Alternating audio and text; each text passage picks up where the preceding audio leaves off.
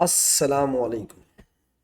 बेटा हमारे last lecture में मैंने आपको हाइब्रिडाइजेशन sp3 sp2 और sp करा दी थी और हाइब्रिडाइजेशन पहचानने का कुछ छोटे छोटे टूल्स छोटे छोटे ट्रिक्स मैंने आपको समझाए थे।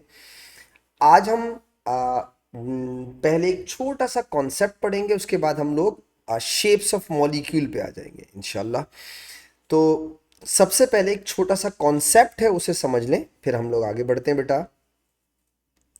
इस कॉन्सेप्ट का नाम है ऑक्टेट एक्सपेंशन कॉन्सेप्ट बेटा। This is called octet expansion concept.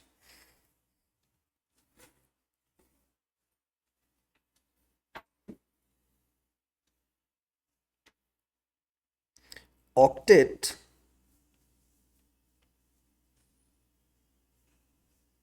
Expansion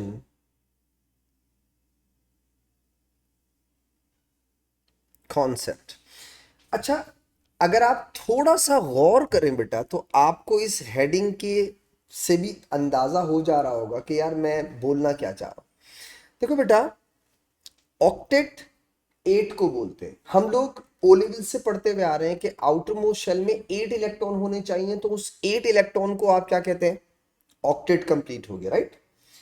अब मैंने वर्ड यूज किया है ऑक्टेट के साथ एक्सपेंशन का, मतलब आपने उस ऑक्टेट को एक्सपेंड करना है, ठीक है।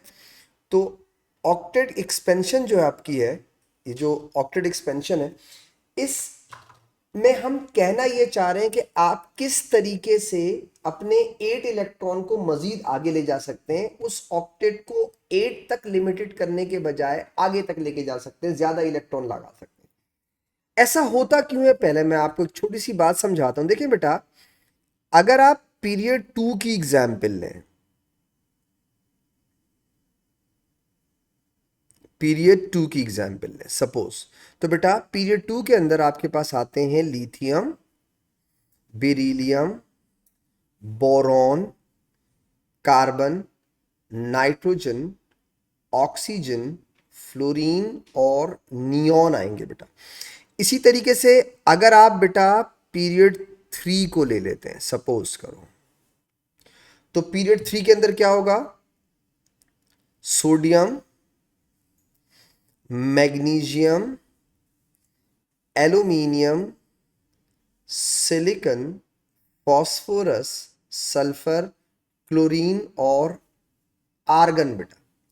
अच्छा, पीरियड 3 में इलेक्ट्रॉनिक कॉन्फ़िगरेशन नहीं कर रहा, बस एटॉमिक नंबर लिख के मैं, मुझे यकीन है आपको वो हिंट समझ में आ जाएगा, वो बात जो मैं समझाना चाह रहा हूँ। 11, ये 12, ये 13, ये 14 बेटा, ये 15, ये 16, ये 17 और ये 18 हो गया।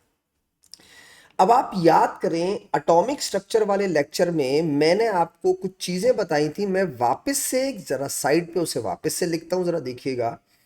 आपको याद है मैंने आपसे कहा था कि जो फर्स्ट एनर्जी लेवल होता है उसमें सिर्फ एस सब एनर्जी लेवल होता है, याद है? इसी तरह बेटा जो सेकंड एनर्जी लेवल होता है उसके अंदर एक एस होता है और एक पी होता है। इसी तरह बेटा जो थर्ड एनर्जी लेवल होता है उसमें एक एस, एक पी और एक डी सब एनर्जी लेवल होता है। कीप इन माइंड, आपको यकीनन याद होगा अब तो बेटा, एस की कैपेसिटी 2 होती है, पी की कैपेसिटी 6 होती है और डी की कैपेसिटी 10 होती है। इसका मतलब यह हुआ कि अगर फर्स्ट एनर्जी लेवल में एस सब एनर्जी लेवल है तो फर्स्ट शेल की total capability of holding electrons कितनी हो गई बेटा? 2। डन। इसी तरह बेटा सेकंड एनर्जी लेवल की कैपेबिलिटी ऑफ होल्डिंग इलेक्ट्रॉन हो जाएगी 8 और थर्ड की कैपेबिलिटी ऑफ होल्डिंग इलेक्ट्रॉन हो जाएगी 18। बस आपने इस पे फोकस करना है। जो मैं आपको समझाना चाह रहा हूं वो है ये थर्ड पीरियड वाला। थर्ड एनर्जी लेवल का मतलब थर्ड पीरियड। याद रखिएगा, थर्ड एनर्जी लेवल के अंदर 18 इलेक्ट्रॉन्स तक अकोमोडेट हो सकते हैं। तो जो थर्ड पीरियड से ऑनवर्ड एलिमेंट है, ठीक है, जो थर्ड पीरियड से ऑनवर्ड है, जो थर्ड पीरियड से इंक्लूडिंग करके उनके साथ इंक्लूडिंग थर्ड पीरियड, उनके पास एक्स्ट्रा डी सब एनर्जी लेवल होता है। तो बेटा उस डी सब एनर्जी लेवल की वजह से पीरियड 3 के एलिमेंट एंड उसके बाद के एलिमेंट अपने ऑक्टेट को एक्सपेंड कर सकते हैं। यानी जरूरी नहीं है उनमें 8 इलेक्ट्रॉन हो, 8 से ज्यादा भी हो सकते हैं। इसीलिए बेटा देखो, जैसे फॉर एग्जाम्पल आप गौर कीजिए, कभी आपको PCl3 नजर आता है और कभी आपको PCl5 नजर आता है। अजीब सी बात है। इसी तरह अगर आप देखें तो सल्फर में कभी H2S बन रहा है, कभी सल्फर 6 बॉन्ड बना रहा है। तो आपको हैरानगी नहीं होनी चाहिए कि सर ओलेविस में तो हम पढ़ते थे कि पीरियड जो ग्रुप 5 वाले हैं वो 3 कोवेलेंट बॉन्ड बनाते हैं। बिल्कुल बनाते हैं बेटा। वो 3 कोवेलेंट बॉन्ड रिस्ट्रिक्टेड कहां तक है? पीरियड 2 तक। पीरियड 2 के बाद ऐसा नहीं होता। पीरियड 2 के बाद उनके पास एक ऑप्शन होता है कि वो अपने ऑक्टेट को एक्सपेंड कर सकते हैं। क्यों? क्योंकि थर्ड एनर्जी लेवल की कैपेबिलिटी ऑफ होल्डिंग इलेक्ट्रॉन कितनी होती है बेटा? 18। तो आई होप आपको ये बात समझ में आ गई होगी। अब एक छोटा सा सवाल है कि हम नंबर ऑफ कोवेलेंट बॉन्ड अगर कोई एलिमेंट एक्सपेंड करता है अपना ऑक्टेट तो वो कैसे निकाल सकते हैं? तो बहुत आसान तरीका है। पहली बात याद रखिएगा, एटॉमिक स्ट्रक्चर वाली मैंने आपको बताई थी बेटा। एटॉमिक स्ट्रक्चर में मैंने आपको बताया था कि हमको अनपेयर्ड इलेक्ट्रॉन चाहिए होते हैं जब हम एक्साइटेशन स्टेट करते हैं। एक बात, अनपेयर्ड इलेक्ट्रॉन हमें चाहिए क्यों होते हैं? ताकि हम कोवेलेंट बॉन्ड बना सकें। याद आ रहा है? ये सब कुछ आपको मैंने ग्राउंड और एक्साइटेशन स्टेट के अंदर बताई थी बात। आपको अनपेयर्ड इलेक्ट्रॉन चाहिए टू मेक कोवेलेंट बॉन्ड्स, ठीक है? और आप जितने जितने अनपेयर्ड इलेक्ट्रॉन करते जाएंगे बेटा उतने नंबर ऑफ कोवेलेंट बॉन्ड बनाते जाएंगे। तो इस तरीके से आपके पास एक तरह से नंबर ऑफ कोवेलेंट बॉन्ड जो कोई एलिमेंट ऑक्टेट एक्सपेंशन के बाद बना सकता है वो आपके पास आ जाएगा। फॉर एग्जाम्पल मैं आपको एक एग्जाम्पल देता हूं। जैसे फॉर एग्जाम्पल बेटा स्टार्ट करता हूं फॉस्फोरस से। थोड़ा गौर कीजिएगा तो आपको इंशाल्लाह ऑक्टेट एक्सपेंशन वाली बात समझ में आ जाएगी। जैसे फॉस्फोरस है, फॉस्फोरस का एटॉमिक नंबर 15 होता है, 1 5। आप इलेक्ट्रॉनिक कॉन्फ़िगरेशन करें बेटा इसकी तो आप कहेंगे 1s2 2s2 2p6 3s2 3p3। और से देखिएगा 1s2 2s2 2p6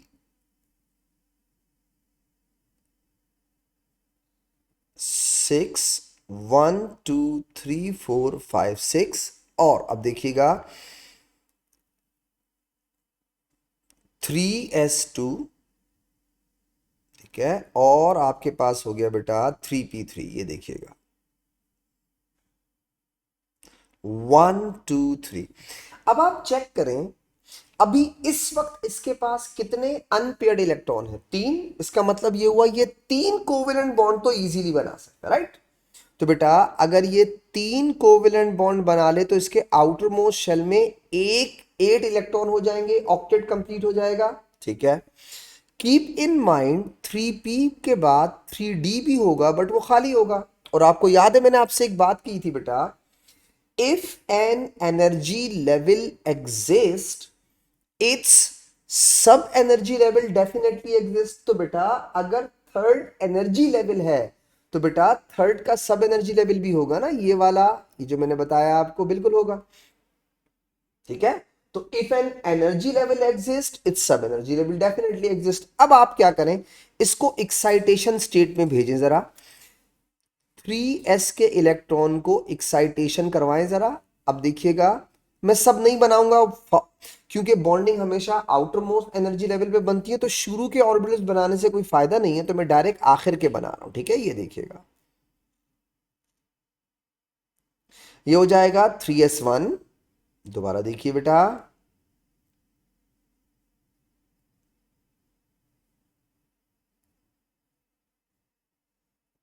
1 1 1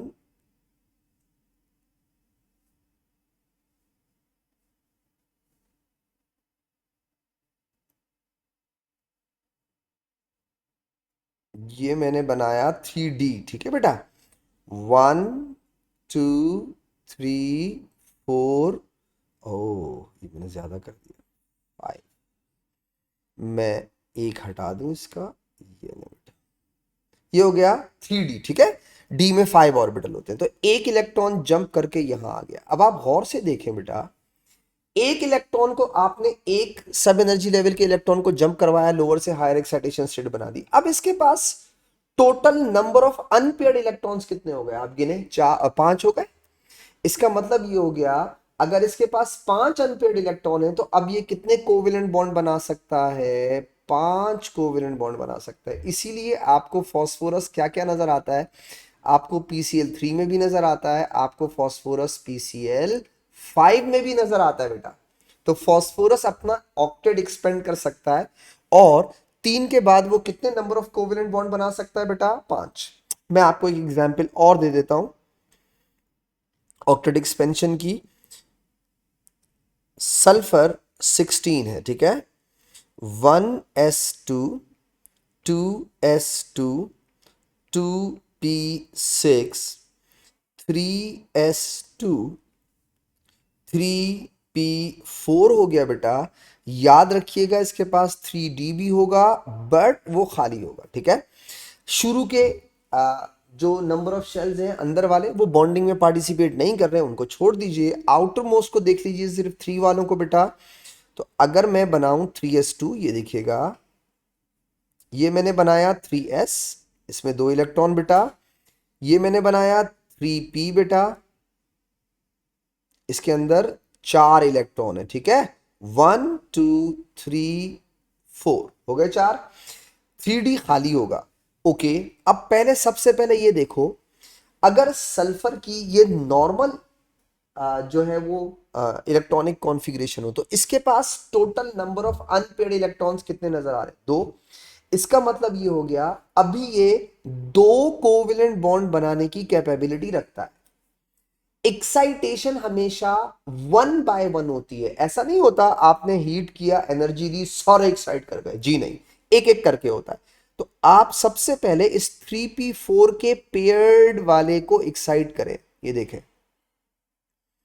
ये जाएगा 3D के अंदर। जरा देखिएगा सिचुएशन क्या होगी। लुक एट हियर, ये हो गया 3s2 बेटा। अब देखें दोबारा, ये हो गया 1 2 3। डी बनाता हूं, यहां देखिएगा। ओके, ये 3D है, ठीक है। 1, ये 2, ये 3, ये 4 और ये 5 हो गया, ठीक है। एक इलेक्ट्रॉन जंप हो गया। अब आप चेक करें, जब आपने इसको ग्राउंड से एक्साइटेशन पे भेजा, पहली एक्साइटेशन की, तो इसके पास नंबर ऑफ अनपेयर्ड इलेक्ट्रॉन्स कितने हो गए? 4। इसका मतलब है सल्फर अब कितने कोवेलेंट बॉन्ड बनाने की कैपेबिलिटी रख रहा है बेटा? 4। एक एक इलेक्ट्रॉन शेयर करेगा। अब आप इस वाले को भी एक्साइटेशन स्टेट पे लेके जाए, ठीक है, ले गया मैं। अब देखिएगा तीसरी सिचुएशन क्या होगी। लुक एट हियर,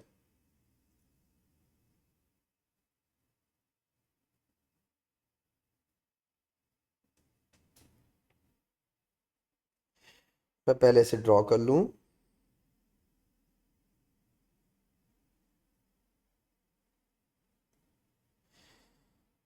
हम्म, ये मैंने 5 ऑर्बिटल्स बना लिए D7 एनर्जी। अब देखिए बेटा, 1 1 1 1 1 और 1।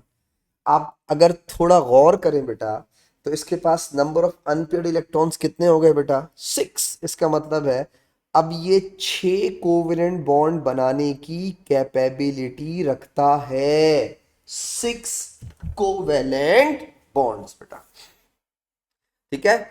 इसी तरीके से आप खुद से ट्राई कीजिएगा, मुझे यकीन है अब आप कर लेंगे ट्राई। अगर आप क्लोरीन को निकालें, Cl को बेटा, आप खुद से ट्राई कीजिएगा, ठीक है। जब आप क्लोरीन करें ना, 17 इलेक्ट्रॉनिक कॉन्फ़िगरेशन, ये मैं नहीं करके दूंगा, ये आप खुद से कर लीजिएगा, बात समझ में आ जाएगी आपको। 2s2 2p6 3s2 3p5। आप चेक कीजिएगा बेटा, आपके पास आंसर आएगा इसके नंबर ऑफ कोवेलेंट बॉन्ड का 1, 3, 5 और 7 आएगा बेटा। यानी अगर आप एक एक एक्साइटेशन स्टेट पे लेके जाते जाएंगे बेटा, तो आपके पास जो नंबर ऑफ अनपेड इलेक्ट्रॉन बनते जाएंगे वो एक, पहले वाले में एक, फिर उसके बाद एक को एक्साइट करेंगे 3 हो जाएंगे, फिर 5, फिर 7।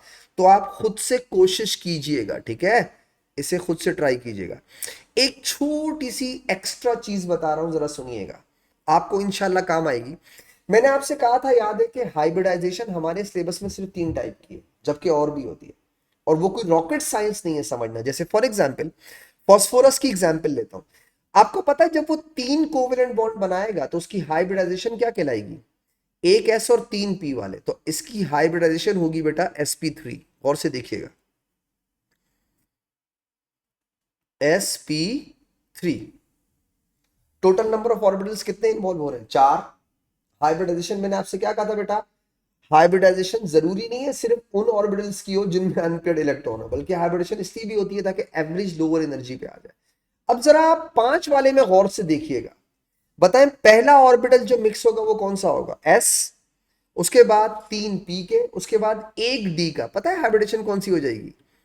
sp3d हो जाएगी। हमारे सिलेबस का पार्ट नहीं है, लेकिन मैंने आपको लास्ट क्लास में भी कहा था, कोई रॉकेट साइंस नहीं है, समझना आसान है। नीचे आओ, जरा देखो, सल्फर में जब वो 2 कोवेलेंट बॉन्ड बना रहा होगा तो हाइब्रिडाइजेशन यहां पे क्या हो रही होगी? sp2 और sp3, क्योंकि 4 ऑर्बिटल मिलेंगे आपस में। जरा नेक्स्ट वाले को देखिएगा क्या होगा बेटा? नेक्स्ट वाला हो जाएगा sp3d। आप बता सकते हैं उसके बाद जो हाइब्रिडाइजेशन होगी वो क्या होगी? एक एस, 3 पी के बेटा, और कितने डी के यूज हो रहे हैं? 2। ये देखिए, 2 डी के, 3 पी के और एक एस का। ये सारी हाइब्रिडेशन होती है जो हम नहीं पढ़ते, हम तो बस सिर्फ हाइब्रिडेशन का एक छोटा सा कॉन्सेप्ट पढ़ते हैं, sp3, sp2 और sp, बस दैट्स इट। ये हो गया ऑक्टेट एक्सपेंशन वाली बात। तो पीरियड 3 से लेकर के ऑनवर्ड आगे एलिमेंट्स अपने ऑक्टेट एक्सपेंड कर सकते हैं। अपने ऑक्टेट एक्सपेंड इसलिए कर सकते हैं बेटा कि कैपेबिलिटी ऑफ होल्डिंग इलेक्ट्रॉन 8 से ज्यादा होती है, इसलिए वो कर सकते हैं।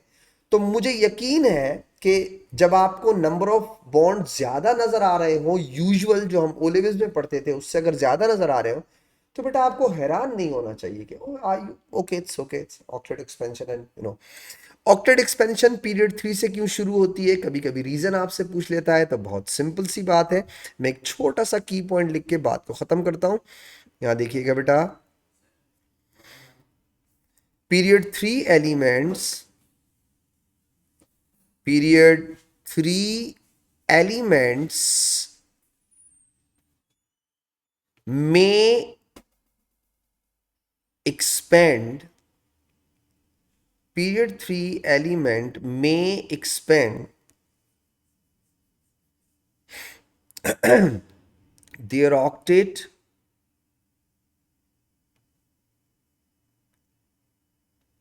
period 3 elements may expand their octet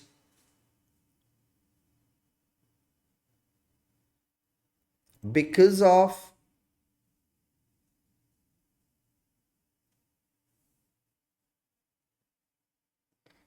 presence of vacant d orbitals. वो जो वैकेंट डी ऑर्बिटल्स होते हैं उनके पास बेटा, उन डी ऑर्बिटल्स की वजह से वो क्या करता है? अपने ऑक्टेट को एक्सपेंड कर सकता है, यानी कि एक्साइटेशन स्टेट में ले जा करके अपने नंबर ऑफ अनपेड इलेक्ट्रॉन्स बढ़ा करके बेटा वो कोवेलेंट बॉन्ड बना सकता है, तो वो अपना ऑक्टेट को एक्सपेंड कर सकते हैं। ये पीरियड 3 से होता है। तो एक्चुअली इस कॉन्सेप्ट को समझाने का पर्पस ये था मेरा बेटा, कि आपको जब नंबर ऑफ बॉन्ड ज्यादा नजर आए, कहीं पर सल्फर के 6 बॉन्ड नजर आ रहे हैं, या आपको सपोज करें बेटा कि आपको नजर आ रहे हैं फास्फोरस के 5 बॉन्ड, तो आपको कोई परेशानी ना हो इससे, ठीक है। तो आपको पता होना चाहिए कि ये ऑक्टेट एक्सपेंशन वाली बात है। अच्छा, इस ऑक्टेट एक्सपेंशन के बाद अब हम स्टार्ट करते हैं बेटा वेस्पर थ्योरी, जो शेप्स ऑफ मॉलिक्यूल को बोलते हैं। हमारा आज का जो टॉपिक है वो है VSEPR, valence shell electron pair repulsion. VSEPR, valence shell electron pair repulsion, ये बेसिकली इन लोगों ने बेसिकली मॉलिक्यूल्स की शेप्स एक्सप्लेन किए बेटा। सही है, शेप्स ऑफ मॉलिक्यूल्स को एक्सप्लेन किया है। तो वेस्पर थ्योरी जब आप पढ़ते हैं इसका मतलब है आप शेप्स ऑफ मॉलिक्यूल्स पढ़ रहे हैं बेटा, ठीक है। आप शेप्स या ज्योमेट्री कह सकते हैं,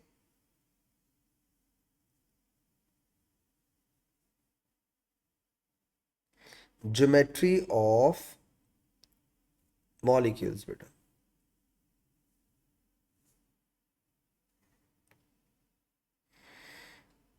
शेप्स और ज्योमेट्री ऑफ मॉलिक्यूल्स। अच्छा, इनकी ना 4 पॉइंट्स हैं जिनको मेरा ख्याल है समझना जरूरी है ताकि आपको आइडिया हो जाए कि मॉलिक्यूल्स की शेप बन कैसे जाती है। इसके बगैर आपको समझ में नहीं आएगा ना। आपको 4 पॉइंट्स पता हो तो आप बताएंगे कि यार शेप्स ऐसी होती हैं। मैं आपको एक बात याद दिलाऊं, मैंने आपको एक लेक्चर के अंदर जब हम लोग नॉन पोलर कॉन्सेप्ट समझ रहे थे बेटा, वहां मैंने आपसे एक बात शेयर की थी। मैंने आपसे कहा था कि जब आप नॉन पोलर कॉन्सेप्ट का तीसरा पॉइंट इंप्लीमेंट कर रहे हो, पोलैरिटी कैंसिल आउट वाला, तो बेटा पोलैरिटीज कैंसिल आउट वाले पॉइंट से पहले आपको यह पता होना चाहिए कि what is the shape of the molecule. क्योंकि अगर जैसे आप कार्बन डाइऑक्साइड में पोलैरिटीज कैंसिल आउट करते हैं, आप वाटर में पोलैरिटी कैंसिल आउट नहीं करते। क्यों नहीं करते? इसलिए नहीं करते बेटा कि वाटर की शेप ही लीनियर नहीं होती, जबकि कार्बन डाइऑक्साइड की शेप क्या होती है? लीनियर। इसका मतलब ये हुआ कि उस दर भी मैंने आपसे एक बात, ये वाली बात शेयर की थी, आज वापस रिपीट कर रहा हूं कि जब आप पोलैरिटीज कैंसिल आउट करते हैं तो पोलैरिटीज कैंसिल आउट करने से पहले आपको शेप्स ऑफ मॉलिक्यूल पता होना चाहिए। क्यों? क्योंकि बेटा पोलैरिटी तो वेक्टर क्वांटिटी है, उसमें डायरेक्शन तो होनी चाहिए। और अगर उनकी डायरेक्शन है एक, तो डेफिनेटली अगर वो ऑपोजिट डायरेक्शन में है फोर्सेस और वो सेम मैग्नीट्यूड के, तो कैंसिल आउट होंगे ना। लेकिन अगर आपको डायरेक्शन ही नहीं पता हो तो फिर तो आप गलत पोलैरिटीज कैंसिल आउट करेंगे ना। इसलिए मॉलिक्यूल्स की शेप का पता होना जरूरी है। अब हम ना उन मॉलिक्यूल्स की शेप्स को यहां पे डिस्कस करेंगे, ठीक है। इनको डिस्कस करने से पहले मैं आपको इनके 4 पॉइंट्स समझाना चाहता हूं बेटा। उन चारों को मैं खुद समराइज करके लिखवा दूंगा, आप पहले समझिएगा। फॉर एग्जाम्पल बेटा, वाटर की एग्जाम्पल लेता हूं मैं, जैसे H2O, समझाने में आसानी होती है इसको, आपका फेमिलियर मॉलिक्यूल है। अगर आप वाटर को गौर से देखें तो मैं अगर इसकी शेप बनाऊं थोड़ा जरा मैग्नीफाइंग करके, जरा देखिएगा, ये डॉट और ये इसका क्रॉस, ये ऑक्सीजन बेटा, ये क्रॉस,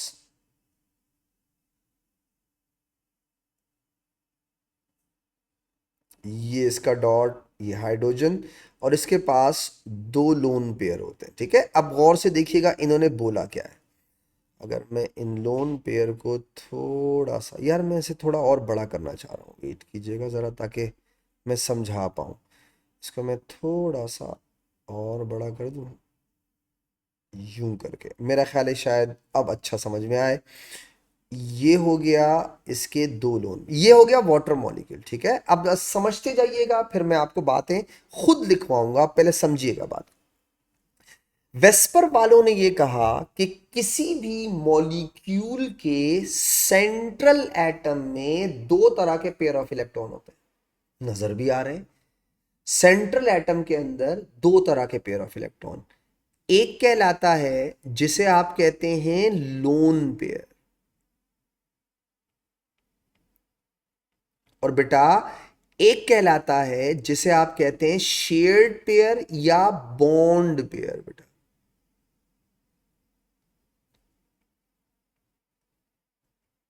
एक हो गया लोन पेयर और एक हो गया बॉन्ड पेयर। किसी मॉलिक्यूल के सेंट्रल एटम में कितने टाइप के पेयर ऑफ इलेक्ट्रॉन होते हैं? दो। ये पहली बात थी। दूसरी बात सुने, इन्होंने कहा कि किसी भी मॉलिक्यूल के सेंट्रल एटम में दो पेयर की वजह से तीन टाइप्स की रिपल्जन्स हो सकती हैं। नजर भी आ रही हैं। इन्होंने कहा एक वो रिपल्जन जो लोन पेयर और बॉन्ड पेयर एक दूसरे को कर रहे हों, इस रिपल्जन को बोलते हैं loan pair bond pair repulsion. एक वो रिपल्जन जो बॉन्ड पेयर को कर रहा हो, इस रिपल्जन को कहते हैं bond pair bond pair bond pair repulsion. दो बॉन्ड पेयर एक दूसरे को रिपेल कर रहे हैं। और एक रिपल्जन ये हो सकती है जिसमें दोनों लोन पेयर एक दूसरे को रिपेल कर रहे हो। अगर मैं इस लोन पेयर को थोड़ा इधर बनाऊं तो शायद मैं लिख सही पाऊं। ये देखिएगा। ओके, एक होती है इनकी रिपल्जन बेटा, और इसे कहते हैं लोन पेयर रिपल्जन। दो बातें मैंने आपके साथ की। पहली बात, किसी मॉलिक्यूल के सेंट्रल एटम के अंदर दो टाइप के पेयर ऑफ इलेक्ट्रॉन होते हैं बेटा, एक लोन पेयर और एक बॉन्ड पेयर। और दूसरी बात मैंने आपके साथ क्या कही, उस दो पेयर ऑफ इलेक्ट्रॉन की वजह से जो रिपल्जन्स होती हैं वो तीन टाइप्स की होती हैं, loan pair lone pair, lone pair bond pair और बॉन्ड पेयर बॉन्ड पेयर। तीसरी बात इन्होंने क्या कही, इन रिपल्जन की स्ट्रेंथ सेम नहीं हो सकती। क्यों नहीं हो सकती? इसलिए नहीं हो सकती बेटा कि बॉन्ड पेयर के जिम्मे दो काम है, या बॉन्ड पेयर की रिस्पॉन्सिबिलिटी दो है। एक वो बॉन्डिंग में पार्टिसिपेट भी कर रहा है, और एक वो अपने लोन पेयर के साथ रिपल्जन या बॉन्ड पेयर के साथ रिपल्जन भी शो कर रहा है। तो आप सोचो, अगर आप थोड़ी देर के लिए रिपल्जन को लड़ाई झगड़ा कह दो, लड़ाई झगड़ा सही है, रिपल्जन का मतलब लड़ाई झगड़ा, धक्के दे रहे। लोन पेयर सिर्फ लड़ाई झगड़े करता है, फारिग है, फ्री है, बस उसका काम क्या है? धक्के देना। लेकिन बेटा बॉन्ड पेयर का काम सिर्फ धक्के देना नहीं है, बल्कि रिपल्जन के साथ साथ बॉन्डिंग में पार्टिसिपेट करना भी है। तो आपको लगता है दोनों की स्ट्रेंथ डिफरेंट होगी रिपल्जन की? जी बिल्कुल, डेफिनेटली डिफरेंट होगी। तो लोन पेयर चूंकि सिर्फ एक दूसरे को रिपेल कर रहे हैं, तो आप कह सकते हैं ये जो रिपल्जन है इनकी स्ट्रेंथ सेम नहीं होती, बल्कि सबसे ज्यादा रिपल्जन होती है लोन पेयर में बेटा, उसके बाद रिपल्जन होती है लोन पेयर बॉन्ड पेयर, और सबसे कम रिपल्जन होती है बॉन्ड पेयर की बेटा। सही है? तो सबसे ज्यादा रिपल्जन लोन पेयर में, उसके बाद लोन पेयर बॉन्ड पेयर, और सबसे कम रिपल्जन बॉन्ड पेयर के बीच में होती है बेटा। तो आई होप आपको मेरी ये तीन बातें समझ में आ गई। चौथी और आखिरी बात इज वेरी सिंपल। आप सोचो, खुद से थोड़ा कभी कभी सोचा करो, अगर किसी मॉलिक्यूल के सेंट्रल एटम के अंदर दो टाइप के पेयर ऑफ इलेक्ट्रॉन हैं, तीन टाइप की रिपल्जन्स हैं, और उनकी रिपल्जन की स्ट्रेंथ डिफरेंट है, तो बताओ आपका हर मॉलिक्यूल का बॉन्ड एक दूसरे से उस रिपल्जन की वजह से मिनिमम डिस्टेंस पे होगा या मैक्सिमम? आप कहेंगे मैक्सिमम। रिपल्जन की वजह से डिस्टेंस ज्यादा होता है ना, तो आप कह सकते हैं because of these type of repulsion आपके बॉन्ड्स एक दूसरे से मैक्सिमम डिस्टेंस पे होंगे। अगर हर मॉलिक्यूल में बॉन्ड्स एक दूसरे से मैक्सिमम डिस्टेंस पे रहना पसंद करते हैं, तो आपको नहीं लगता हर मॉलिक्यूल की एक स्पेसिफिक शेप बन जाएगी? बिल्कुल बन जाएगी, क्योंकि अगर बॉन्ड एक दूसरे से मैक्सिमम डिस्टेंस पे होंगे तो हर मॉलिक्यूल की एक स्पेसिफिक शेप बन जाती है। ये चार बातें सबसे पहले किन्होंने कही थी बेटा? वेस्परवाल। इन्होंने कहा था सबसे पहले कि किसी भी मॉलिक्यूल की शेप बेसिकली इस वजह से होती है कि उनमें दो पेयर ऑफ इलेक्ट्रॉन, तीन टाइप्स की रिपल्जन, और रिपल्जन का स्ट्रेंथ डिफरेंट, इस वजह से हर मॉलिक्यूल की स्पेसिफिक शेप बन जाती है। तो इनकी चारों बातें मैं आपके साथ समराइज करके लिख रहा हूं। जो मैंने आपसे कहा है मैं एग्जैक्टली वही वर्डिंग लिखूंगा बेटा। यहां देखिएगा, इनकी पहली बात क्या थी, फर्स्ट बात जो इन्होंने कही थी,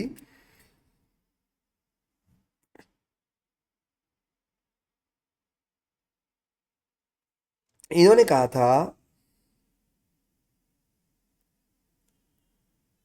there are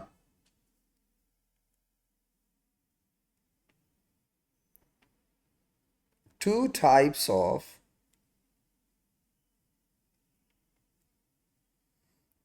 pair of electrons in a central atom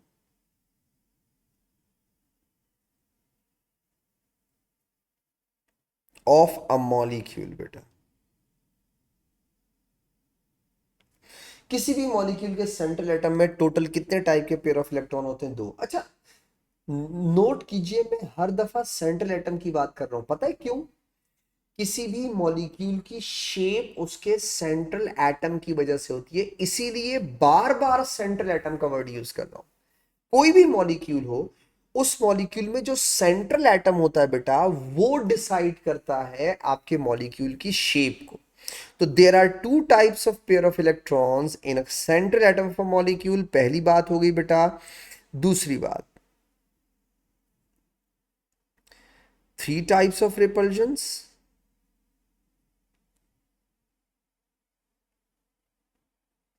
मैं एक ही पैराग्राफ लिखने के बजाय अलग अलग पॉइंट्स में लिख रहा हूं। Three types of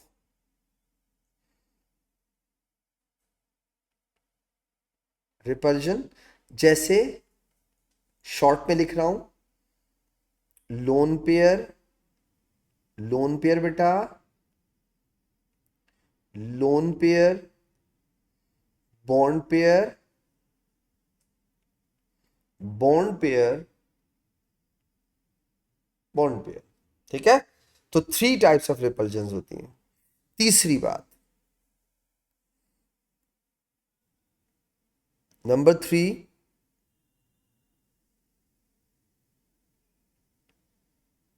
strength of repulsion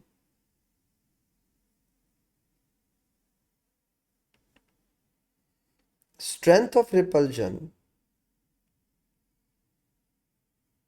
decreases as, अब आप उस सीक्वेंस को लिख दें बेटा, lone pair, lone pair greater than lone pair, bond pair greater than bond pair, bond pair. ठीक है, लास्ट आखिरी पॉइंट जो मैंने आपसे डिस्कस किया बेटा, आखिरी point, as a result of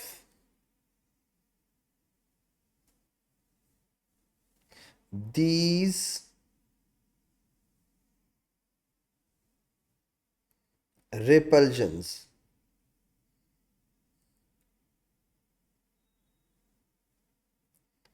a molecule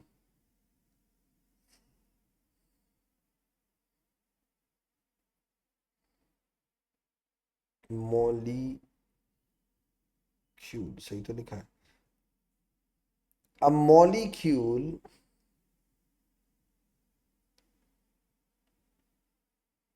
acquires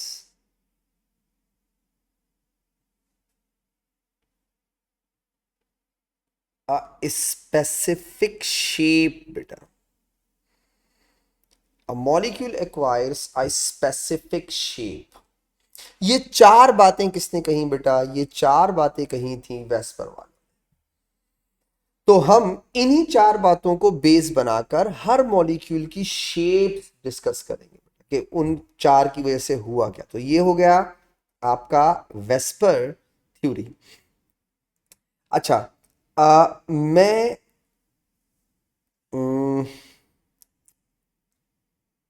एक आपसे कॉलम मैं चाहूंगा कि आप ना, जब ये मेरा ख्याल है कॉलम से ज़्यादा अच्छा होता है, ज़रा देखना पढ़ना समझना आसान होता है। तो मैं क्या करूँगा, पॉइंट्स भी और दोनों चीज़ें आपको, अगर आप जैसे शेप्स ऑफ मॉलिक्यूल के लिए बेटा आपको कुछ कॉलम्स बनाने पड़ेंगे। जैसे फॉर एग्जांपल अगर मैं पहले में लिखूं नंबर ऑफ पेयर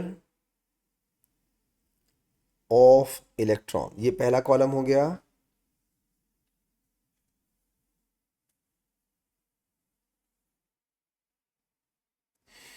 इसके बाद उस सेंटर, ये सब सेंट्रल एटम की बात कर रहा हूं, ठीक है। बॉन्ड पेयर बेटा,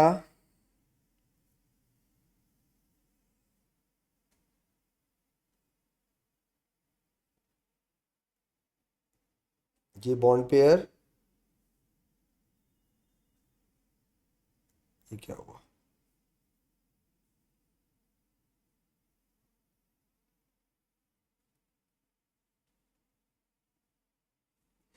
और उसके बाद लोन पेयर बेटा। अच्छा, तो इससे आपको एक बात और समझ में आ गई। जैसे मैंने पहले कॉलम में लिखा है number of pair of electron, तो व्हाट डज इट मीन, इसका मतलब टोटल पेयर बोल रहा हूं, लोन पेयर बॉन्ड पेयर मिला करके, ठीक है। तो ये हो गया बॉन्ड पेयर, ये हो गया लोन पेयर का कॉलम, और सबसे लास्ट में बेटा शेप या ज्योमेट्री, ठीक है।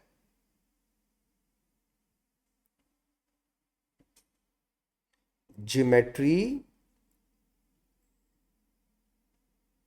या फिर शेप बेटा, ठीक है। तो मुझे आपको बेसिकली ये बताना है। स्टार्ट में करूंगा हमेशा 4 से करता हूं बेटा, ताकि उसमें वैरायटीज समझ में आ जाती हैं, फिर आगे समझने में आसानी होती है। छोटी छोटी बातें इस टेबल को स्टार्ट करने से पहले मैं उन्हें की पॉइंट्स कहता हूं। अच्छा, मैं की पॉइंट्स को ना अलग से अलग जगह पे जमा करता रहता हूँ ताकि आपको एक ही जगह पे सारी चीजें मिल जाएं। अब फॉर एग्जाम्पल बेटा, जैसे इसको स्टार्ट करने से पहले सबसे पहला जो, अगर मैं इसको अलग से यहां लिखूं कुछ की पॉइंट्स में, सम की पॉइंट्स, ठीक है। ये मैं एक साथ नहीं लिख दूंगा सारे, बल्कि जैसे जैसे मैं आपको समझाता जाऊंगा वैसे वैसे मैं यहाँ लिखता जाऊंगा। तो अगर आप अपनी कॉपी या कोई रजिस्टर बना रहे हैं तो अलग से एक पेज छोड़ दीजिए फॉर द की पॉइंट, ठीक है। सम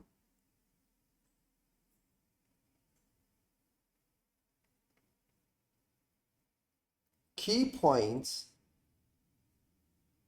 फॉर वेस्पर बेटा, सम की पॉइंट फॉर द वेस्पर। जैसे मेरा सबसे पहला पॉइंट जो आपको याद रखना है, कभी कभी बच्चे ना सिली मिस्टेक कर देते हैं, अरे मैं आपसे एक एग्जाम्पल में पूछता भी हूं। जैसे बेटा सबसे पहली बात, बॉन्ड एंगल किसे कहते हैं। तो पहली बात याद रखिएगा, angle between the two bonds, angle between the two bonds is called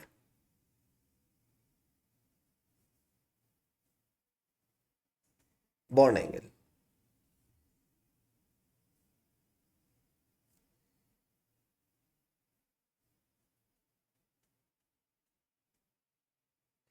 Angle between the two bonds is called bond angle. दो बॉन्ड्स के बीच के एंगल को बॉन्ड एंगल कहते हैं। अच्छा, अब हमारे यहाँ देखो, मैं आपको एक सिली चीज बताता हूँ। फॉर एग्जाम्पल बेटा, मैं जरा देखिएगा थोड़ा गौर से ताकि आपको चीजें समझ में आ जाए। मैं उम्मीद करता हूँ चीजें क्लियर हो जाएंगी आपको। तो ये क्यों नहीं चल रहा है, ओके, नहीं चल रहा है। यहाँ देखिएगा, अगर मैं आपसे कहूँ, पूछूं कुछ चीजों को, जरा गौर से देखिए और बताइए। क्या मैं ये जो मैं सर्किल कर रहा हूं, इसे बॉन्ड एंगल कह सकता हूं? यस और no? The right answer is no. पता है क्यों? क्यों नो? ऐसा क्यों? इसलिए बेटा कि ये लोन पेयर के बीच का डिस्टेंस है। बॉन्ड एंगल दो बॉन्ड पेयर या दो बॉन्ड्स के बीच में होता है। दोबारा सुनिएगा, मैं आपसे फिर पूछता हूं, क्या मैं इसे बॉन्ड एंगल कह सकता हूं? नो। क्यों नहीं कह सकता हूं? इसलिए नहीं कह सकता हूं बेटा कि ये दो बॉन्ड्स के बीच में नहीं है। क्या मैं इसे बॉन्ड एंगल कह सकता हूं? Yes, this is called bond angle. Actually bond angle किसे कहते हैं बेटा? Angle between the two bonds. ये आपको पता होना चाहिए, ठीक है? पहली बात, ये हो गया मेरा पहला पॉइंट। तो बॉन्ड एंगल किसे कहते हैं? Angle between the two bond. दूसरी बात देखिएगा बेटा, देखो, अगर किसी मॉलिक्यूल की शेप 3D हो, 3D का मतलब ये होता है कि वो 360 पे हर जगह पे हो रहा है, ठीक है? वो प्लेन से बाहर भी आ रहा है, प्लेन के अंदर भी होता है। तो जब आप शेप या ज्योमेट्री बनाते हैं तो आप एक बात का ख्याल रखते हैं, ठीक है? कुछ बॉन्ड्स ऐसे होते हैं जो आपकी तरफ आते हैं और कुछ बॉन्ड ऐसे होते हैं जो आपसे दूर जाते हैं। मैं आपको पहले छोटी सी एग्जांपल दूंगा, फिर मैं आगे बढ़ूंगा।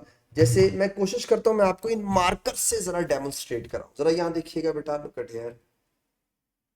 फॉर एग्जांपल, मैंने ये मार्कर्स पकड़े, ठीक है? अगर आप इसे गौर से देखें शायद आपको बात समझ में आ जाए। ये मार्कर्स, ठीक है? अच्छा, इन मार्कर्स को अगर आप गौर से देखें तो ये ब्लू वाला ऊपर अपवर्ड है, और अगर आप ऐसे देखें बेटा तो ये वाला जो है, ये ग्रीन वाला, दिस इज ग्रीन वन, ठीक है? This is green one. ये ग्रीन वाला, इसको कभी यूं ही रख, ग्रीन वाला आपकी तरफ आ रहा है, और बेटा ये जो ब्लैक वाला है, ये वाला ब्लैक, और ये वाला रेड, पता नहीं आपको नजर आ रहे हैं नहीं आ रहे? तो बेसिकली ये ब्लू वाला अपवर्ड है, ये ग्रीन वाला आपकी तरफ आ रहा है, ये ब्लैक वाला आपसे दूर जा रहा है, रेड वाला आपसे दूर जा रहा है। या आप इसे अगर यूं देखें बेटा तो ब्लू वाला ये रहा, ये ग्रीन है और ये रेड है, और ब्लैक आपसे दूर जा रहा है, ये ब्लैक वाला दूर जा रहा है। तो जो बॉन्ड्स आपकी तरफ आते हैं जिन्हें आउट ऑफ प्लेन कहते हैं, प्लेन से बाहर आ रहे हैं, आपकी तरफ आ रहे हैं, ठीक है? जो आपकी तरफ आते हैं बेटा उन्हें डार्क लाइन से शो करते हैं, और जो आपसे दूर जाते हैं किसी भी 3 डायमेंशन में बॉन्ड ऐसी शेप हो जिसमें बॉन्ड कुछ आपके तरफ आ रहे हैं, कुछ आपसे दूर जा रहे हैं। तो जो आपकी तरफ आते हैं उन्हें डार्क लाइन से शो करते हैं, और जो आपसे दूर जाते हैं बेटा उन्हें डॉटेड लाइन से शो करते हैं। जैसे मैं ये आपको समझाना चाह रहा हूं। फॉर एग्जाम्पल बेटा,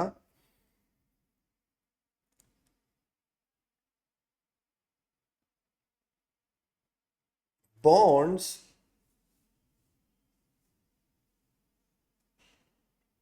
away from plane, जो एक्सेस होती है फ्रॉम अस, जो दूर जा रहे हैं, are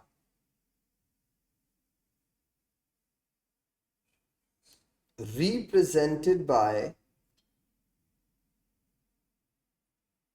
dotted line like this। ऐसे देखिएगा बेटा, जो आपसे दूर जा रहे हैं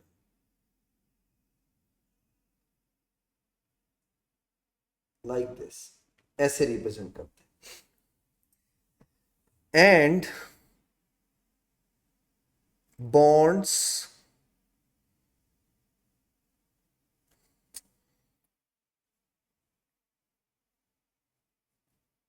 which are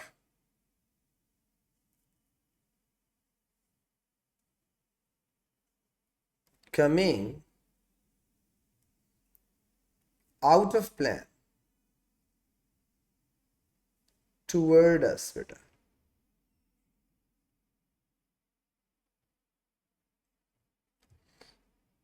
are represented by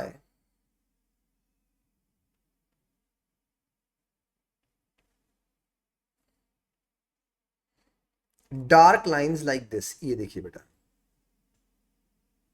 ऐसे ना ट्राइंगल बना के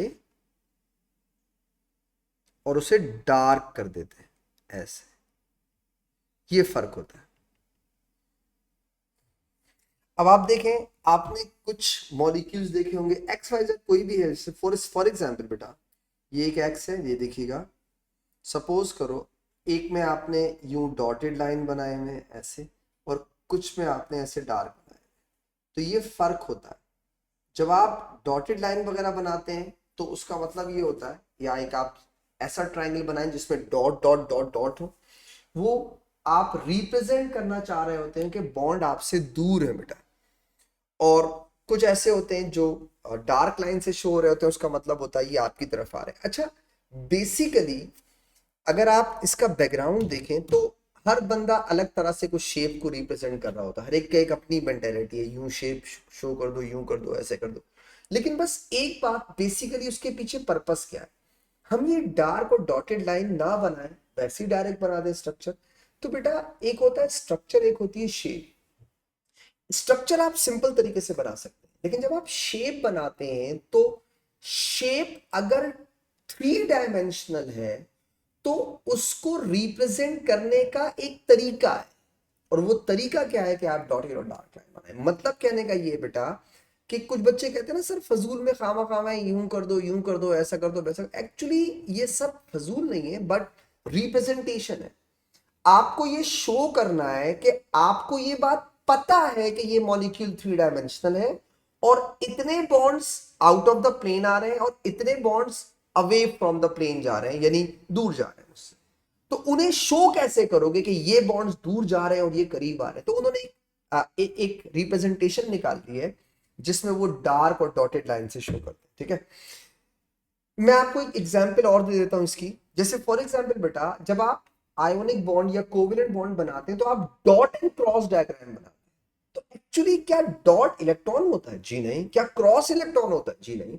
बट उसकी रिप्रेजेंटेशन कि आप किसी एक को किसी दूसरे के इलेक्ट्रॉन से डिफरेंट करने के लिए और ये बताने के लिए कि इनकी शेयरिंग हो रही है, आप एक को डॉट यूज करते हैं, एक को क्रॉस यूज करते हैं। तो जस्ट रिप्रेजेंटेशन है। तो बिल्कुल इसी तरीके से बेटा ये जो शेप्स ऑफ मॉलिक्यूल है बेटा, इस मॉलिक्यूल के अंदर इस मॉलिक्यूल को शो करने के लिए, इनकी ज्योमेट्री शो करने के लिए हम लोग डार्क और डॉटेड लाइन से करते हैं।